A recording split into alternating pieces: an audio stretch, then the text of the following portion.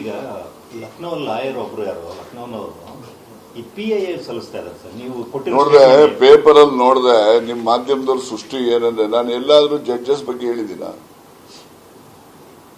Judges ಬಗ್ಗೆ ನಾನು ಏನು ಹೇಳಿಲ್ಲ. ನಾನು ರಾಜಕಾರಣಿಗಳು ಈ ಪಾರ್ಟಿಲಿರೋರು ಆ ಪಾರ್ಟಿಲಿರೋರು ಎಲ್ಲರ ಮೇಲೂ ಕೂಡ ಈ ರೀತಿ ಕಳಂಕ ತರುವಂತ ಪ್ರಯತ್ನಗಳನ್ನ ಆಯಾ ಪಾರ್ಟಿಗಳಲ್ಲಿ ಅವರವ್ರ ವಿರೋಧಿಗಳೆಲ್ಲ ಮಾಡ್ತಿದ್ದಾರೆ ಅಂತ ಹೇಳಿದ್ದೇನೆ ಹೊರತು ಇದರಲ್ಲಿ ನ್ಯಾಯಾಧೀಶಗಳಿದ್ದಾರೆ ಇನ್ನೊಬ್ರು ಇದ್ದಾರೆ ಅಂತಕ್ಕಂಥದ್ದು ನನ್ನಿಂದ ಬಂದಿಲ್ಲ. ನಾನು ಕೋಲಾರದಲ್ಲೂ ಕೂಡ ನಾನು ಹೇಳಿಕೆ ಕೊಟ್ಟಿದ್ದೀನಿ, ಪತ್ರಿಕೆ ಪ್ರಜಾವಾಣಿ ಪೇಪರಲ್ಲೂ ಕೂಡ ಬಂದಿದೆ. ಗೊತ್ತಾಯ್ತಾ?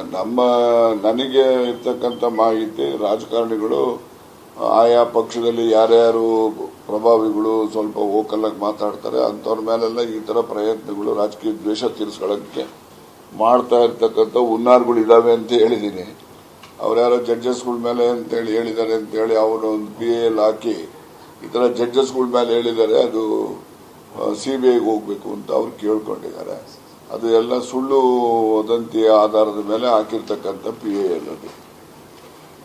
CBIಗೆ ಹೋಗ್ಬೇಕು, ಇನ್ನೊಂದಕ್ಕೆ ಹೋಗ್ಬೇಕು, ಇನ್ನೊಂದಕ್ಕೆ ಒತ್ತಾಯಕ್ಕೆ ಯಾರು ಹೆಂಗ್ ಬೇಕಾದ್ರೂ ಮಾಡ್ಕೊಂಡ್ಲಿ, ಬಟ್ ವಿನಾಕಾರಣ ಬೇರೆಯವ್ರನ್ನ ಸೇರಿಸಬಾರ್ದು. ನಾನು ಹೇಳೋದು ಈ ಪಾರ್ಟಿ ಆ ಪಾರ್ಟಿ ಇಲ್ಲ, ಎಲ್ಲ ಪಾರ್ಟಿಲಿರೋ ರಾಜಕೀಯ ನಾಯಕರುಗಳ ಮೇಲೆ ಈ ರೀತಿಯ ತೇಜ ಉದಯ ಮಾಡತಕ್ಕಂಥ ಹುನ್ನಾರಗಳು ನಡೀತಾ ಇದಾವೆ ಅಂತ ಹೇಳಿದ್ದೆ ಸೀಮಿತವಾಗಿ ಅಷ್ಟೇ. ದೂರು ಇವತ್ತು ದಾಖಲಿಸ್ತೇನೆ, ಇವತ್ತು ಗೃಹ ಸಚಿವರು ಕೊಡ್ತೇನೆ. ಯಾಕೆಂದ್ರೆ ವಿಧಾನಸಭೆಯಲ್ಲಿ ನಾನು ಮಾತಾಡಿರೋದು ಅವ್ರಿಗೆ ಕೊಡ್ತೀನಿ ಅಂತಾನೆ ಹೇಳಿದ್ದೆ. ಇಷ್ಟು ದಿವಸ ಬರೆಯಕ್ಕಾಗಿರ್ಲಿಲ್ಲ. ಇವತ್ತು ಗೃಹ ಸಚಿವರಿಗೆ ಪತ್ರ ಕೊಡ್ಲಿಕ್ಕೆ, ದೂರನ್ನ ಕೊಡ್ಲಿಕ್ಕೆ ರೆಡಿ ಮಾಡಿದ್ದೀನಿ. ಬೆಳಗ್ಗೆಯಿಂದ ಕೂತ್ಕೊಂಡು ನಾನೇ ಬರೆದಿದ್ದೇನೆ. ಬರೆದು ಈಗ ಟೈಪ್ ಎಲ್ಲ ಮಾಡಿಸ್ತಾ ಇದ್ದೀನಿ.